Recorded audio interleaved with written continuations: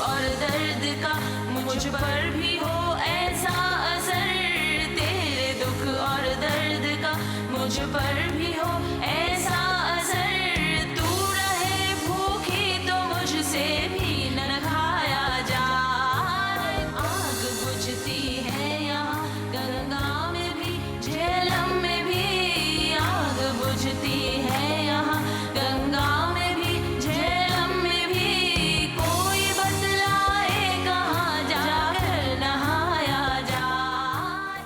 एहसास। नमस्कार, एहसास में आप सभी का स्वागत है। मैं हूं नीलम शर्मा। आज हम बात करेंगे हरियाणा की। हरियाणा बड़ा विकसित राज्य है, लेकिन अगर सेक्स रेशो की बात करें, यानी लड़की और लड़के के अनुपात का बात करें, तो यहाँ पर सेक्स रेशो लगातार गिरता चला जा रहा है। लड़कियाँ यहाँ बोझ समझी जाती हैं, लड़कियाँ कोख में मारी जा रही हैं, और हालत ये हो गई है कि अब लड़कों को शादी करने के लिए भी लड़कियाँ मिलती नहीं हैं, इसलिए वो दूसरे राज्यों से मंगवाई जा रही हैं। लेकिन लड़कियों को कोख में मारना जैसे यहाँ पर एक आम रिवाज बन गया है, और यही वजह है कि ये सामाजिक कुरीति आज हरियाणा में बढ़ चढ़कर देखने में सामने आ रही है। लक्ष्मी असम की हैं। 7 साल पहले रेवाड़ी जिले के कालका गांव में सत्यनारायण के साथ शादी हुई। असम से हरियाणा, अमूमन हमारे देश में शादियां आसपास के इलाकों में होती हैं,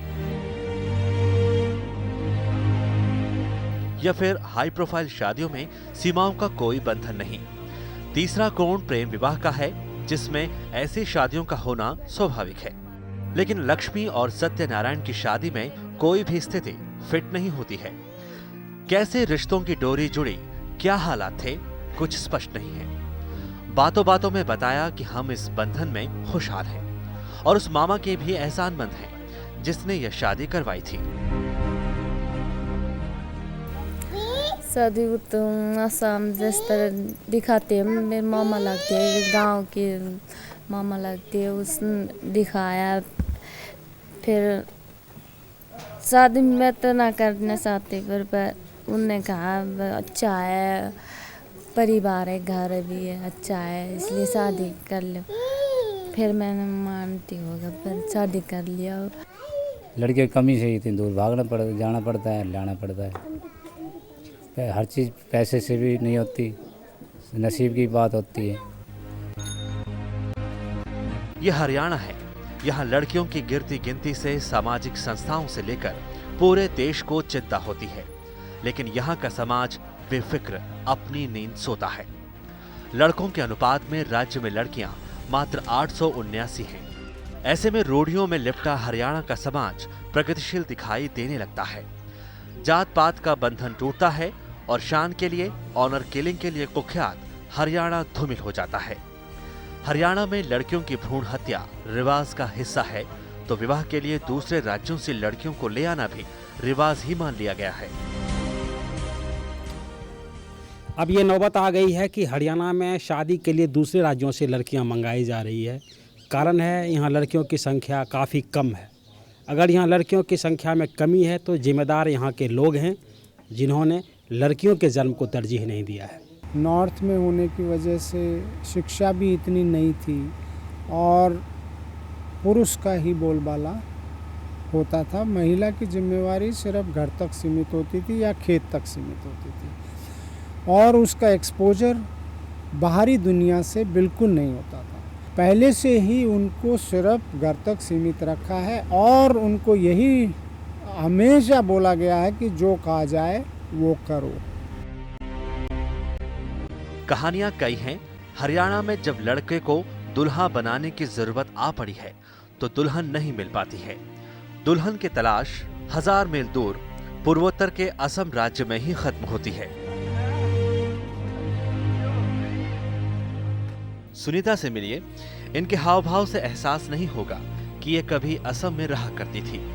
सन 96 से आज तक समय भी बहुत बीत चुका है, लेकिन सुनीता और सुब्बे सिंह की शादी हरियाणा की हकीकत बताने के लिए काफी है। 20 साल जिन परिस्थितियों में यह लिंग अनुपात था, आज भी वही है। कई तरह लेखा लिखी करते कई तरह की करी थी। मैं आई से उठे गई थी कोर्ट में लिखा लिखी फोटो खिंचाई से ये बताई देगा की करी थी। इनको मतलब जो है ना जी, इसके बहन मेरा मतलब बुआ के लड़का के ब्याही हुई थी, तो ऐसे जानकारी तो हो ही गई थी। तो इनसे मतलब आण जाणु वो मेरे बुआ के जो आ रही है उनसे मतलब जान पहचान होने के बाद में हमने कोर्ट मैरिज कर ली। अनीता भी असम की ही रहने वाली है, लेकिन साल भर से नया पता कालका गांव रेवाड़ी हरियाणा है। अनीता के पिता के आर्थिक हालात अच्छे नहीं थे, लड़की की शादी करना उनकी जिम्मेदारी थी। लेकिन जब हरियाणा से किसी के लिए प्रस्ताव भेजा तो पिता ने हाँ कर दी। जी मेरी शादी को अभी 1 साल नहीं हुए, और क्या कहते हैं, पहले मेरी बहन की शादी हुई थी यहाँ पर, तो बस बहन की शादी होने के बाद मेरा भी रिश्ता आया और मेरी शादी भी हो गई। और यहाँ पे एडजस्ट होना तो वैसे मुश्किल तो था, लेकिन फिर भी कोशिश कर रही हूँ अभी भी। और तो क्या, और तो सब ठीक है। ये हकीकत है आज के हरियाणा की, विकसित हरियाणा की। लिंगानुपात यहाँ लगातार असमान होता जा रहा है, लेकिन आज भी ये राज्य बेटियों को बचाने को तैयार नहीं दिख रहा है।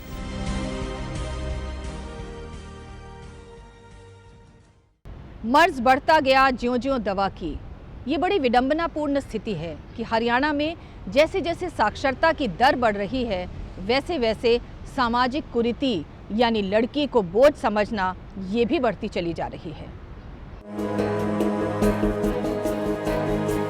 विकसित हरियाणा में सामाजिक कुरीतियों की जड़ें गहरी होती गई हैं। दशकों से ये समाज शिक्षा की ऊंची परतों पर फांदता जा रहा है, लेकिन बेटियां बोझ बनती गई हैं।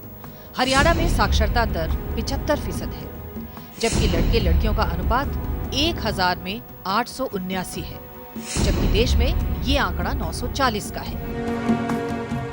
रीजंस सोशल रीजंस हो सकता है, या रीजंस हो सकता है मतलब मेडिकल प्रोफेशन का, मतलब डॉक्टर्स का, या जनरली पब्लिक का, मतलब इसमें मतलब कोई भी पेरेंट्स है, मतलब उनका मतलब कोऑर्डिनेशन या कोऑपरेशन नहीं हो रहा है। इसी वजह से हो सकता है हमारा चाइल्ड सेक्स रेशियो मतलब एट बर्थ इतने कम हो रहा है। जिम्मेदार शिक्षा नहीं, जागरूकता की कमी है। वो जागरूकता की कमी पढ़े लिखे में भी हो सकती है और अशिक्षित में भी हो सकती है।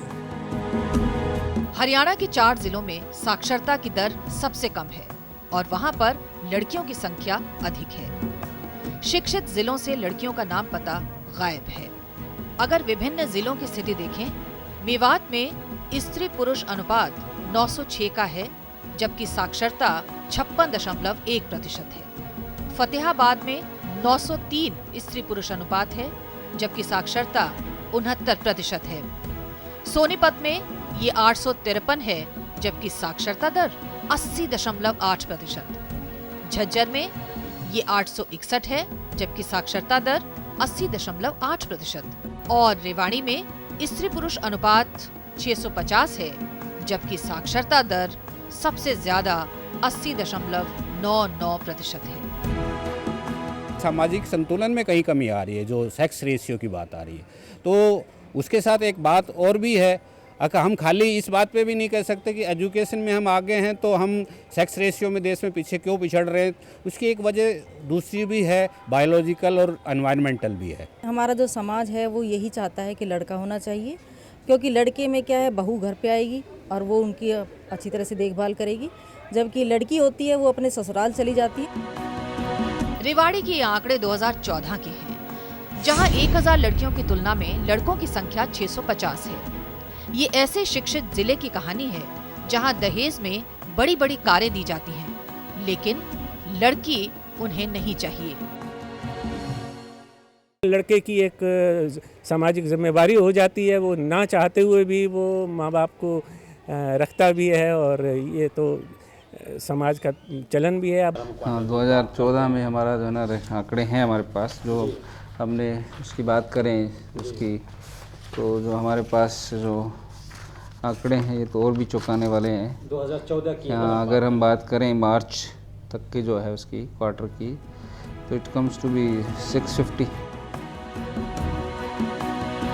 शिक्षित का तमगा लगाकर जी रहा ये समाज शिक्षा को अभिशाप की तरह लेकर जी रहा है।